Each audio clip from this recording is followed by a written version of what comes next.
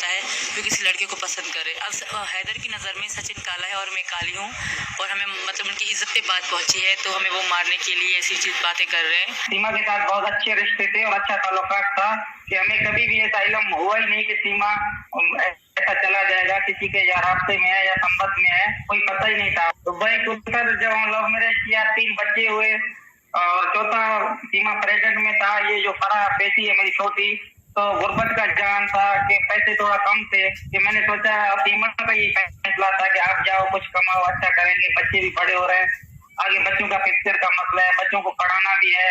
सीमा का फैसला था, मेरे को सऊदी भेजा गया। आप दूसरे के एक सलाह में एक मशवरा किया, फिर इधर आके हमने कमाना शुरू किया। सीमा के साथ बहुत अच्छे। सीमा के पहले पति ने जी न्यूज पर और भी कई ऐसे खुलासे किए जिससे सीमा का ये मामला बेहद उलझता हुआ नजर आ रहा है। सीमा जो कह रही है वो कितना सच है, इस पर सवाल और गहरा गए हैं। सीमा और उसका पहला पति दोनों ने ही जी न्यूज पर अपना अपना पक्ष रखा, लेकिन दोनों की ही बातों में जमीन आसमान का अंतर था। सीमा के मुताबिक उसकी गुलाम हैदर से शादी जबरदस्ती करवाई गई थी, तो वहीं उसके पति ने बताया कि सीमा के साथ उनकी लव मैरिज हुई थी। जी 2014 में हुई। किस साल में? 2014 में। 2014। और पापा के कारण हुई थी, कोई धूमधाम से नहीं हुई, बस कोर्ट के कुछ कागजों में साइन करवाया गया था मुझसे, क्योंकि कहीं मैं किसी को पसंद करती थी गांव में तो पसंद करना किराया माना जाता था, तो इसलिए मेरी इनसे शादी हो गई सिंपल सी। तो इनके साथ में रहती थी तो हमारा ज़्यादा मतलब नहीं था, क्योंकि बच्चों के कारण फिर भी मेरे पापा मुझे वापस नहीं आने देते थे। मेरा तो पूरा विश्वास था और मेरा लव मैरिज था। इसने सोचा कि देहात में नहीं रहूंगा, शहर में इसको घर लेके दिया और उधर मेहनत मजदूरी किया। उसके बाद में सऊदी अरब आया था। पाकिस्तान से नेपाल के जरिए भारत पहुंची सीमा फिलहाल नोएडा में है और जमानत पर है, लेकिन पूरी तरह से क्लीन चिट अभी तक उसे नहीं मिली है। सीमा के मुताबिक वो प्यार ही था जो उन्हें सीमा पार ले आया, लेकिन क्या प्यार के नाम पर इसमें कोई और एंगल तो शामिल नहीं। सीमा के मुताबिक वो 5वीं पास है, तो फिर सीमा फर्जी आधार कार्ड से लेकर कंप्यूटर मोबाइल एक्सपर्ट कैसे बन गई? क्या बिना किसी मदद के ही अकेले ही सीमा पाकिस्तान छोड़कर भाग गई और घर तक बेच डाला?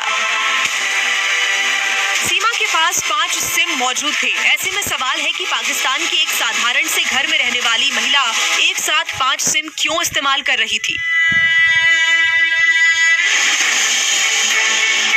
सीमा के पति ने भी जी न्यूज से बातचीत में बताया कि वो एक साथ 3 स्मार्टफोन रखती थी। मैं जिंदा तो थी नहीं वहाँ पे, मैं तो खुद को मुर्दा ही समझती थी, क्योंकि मैं इनके बगैर कभी खुश ना रही और रोते रोते हमारे दिन रात बीतते थे। तो मैंने रिस्की था समझो कि मैंने कहा चलो ज़्यादा से ज़्यादा मुझे ही मार देंगे, मेरे बच्चों को तो कोई कुछ नहीं कहेगा, और मुझे इन पे भरोसा था। 3 स्मार्टफोन किसके पास होते हैं? 3 स्मार्टफोन, खाना पीना हर चीज ऐसी आराम से ये सुकून की जिंदगी गुजार रहा था। मारपीट कौन कर रहा था?